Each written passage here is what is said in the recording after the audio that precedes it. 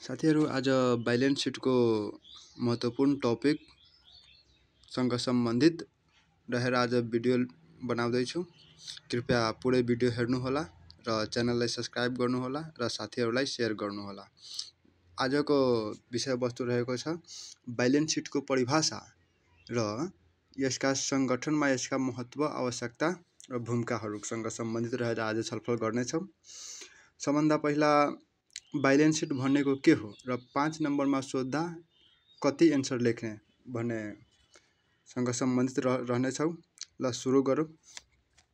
Balance seat सङ्गठनले सम्पादन गरेको आर्थिक कारोबारहरूबाट सम्पूर्ण सम्पत्ति, पुँजी र दायित्व सम्बन्धी कारोबारहरूलाई समावेश गरेर सङ्गठनको वास्तविक वित्तीय अवस्था पत्ता लगाउनको लागि निश्चित समय बिन्दुमा तयार गर्ने विवरणलाई नै ब्यालेन्स सिट भनिन्छ।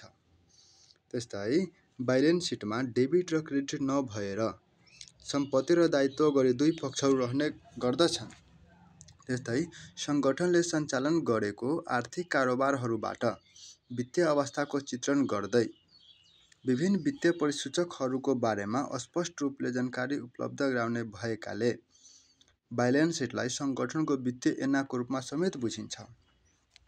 र ब्यालेन्स सिट सधैँभरि asset is equal to capital plus liabilities हुन्छ भन्ने लेखा समीकरणमा आधारित रहेका हुन्छन्। र हरेक बैंक तथा वित्तीय संस्थाहरूले नेपाल राष्ट्र बैंकले दिएको निर्देशन नम्बर 4 र एनएफआरएसले तोकेको ढाँचा बमोजिम ब्यालेन्स सिट तयार गरी पेश गर्नुपर्ने व्यवस्था रहेका हुन्छन्। साथीहरू अब लागौँ यसको महत्त्व उद्देश्यतर्फ। साथीहरू यसको महत्त्व उद्देश्यको कुरा गर्दा यसको पहिलो महत्त्व रहेको छ यसले सङ्गठनको जम्मा सेयर पुँजीको बारेमा जानकारी दिन्छ। त्यस्तै ब्यालेन्स सिटले सङ्गठनको विभिन्न रिजर्भ तथा कोषहरूको अवस्थाको बारेमा जानकारी दिन्छ। त्यस्तै ब्यालेन्स सिटले सङ्गठनको अल्पकालीन र दीर्घकालीन दायित्वको बारेमा जानकारी दिन सहयोग गर्छ। त्यस्तै यसको अर्को महत्त्व रहेको छ बसलातले स्थिर सम्पत्तिहरूको वास्तविक मूल्य पत्ता लगाउन सहयोग गर्दछ।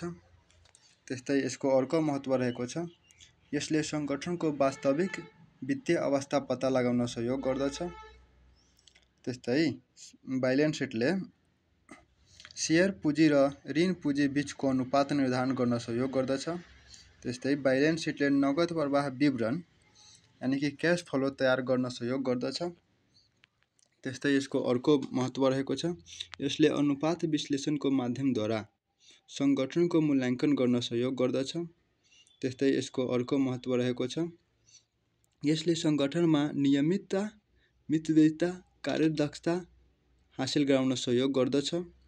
त्यस्तै यसको अर्को महत्त्व रहेको छ यसले सङ्गठनमा पारदर्शिता, जवाबदेहिता र विश्वसनीयता कायम गराउन सहयोग गर्दछ। त्यस्तै यसको अर्को महत्त्व रहेको छ यसले सरोकारवालाहरूलाई विभिन्न वित्तीय सूचना तथा जानकारी उपलब्ध गराउन सहयोग गर्दछ। त्यस्तै यसको अर्को महत्त्व रहेको छ यसले सङ्गठनमा संस्थाको सुशासन कायम गराउन सहयोग गर्दछ।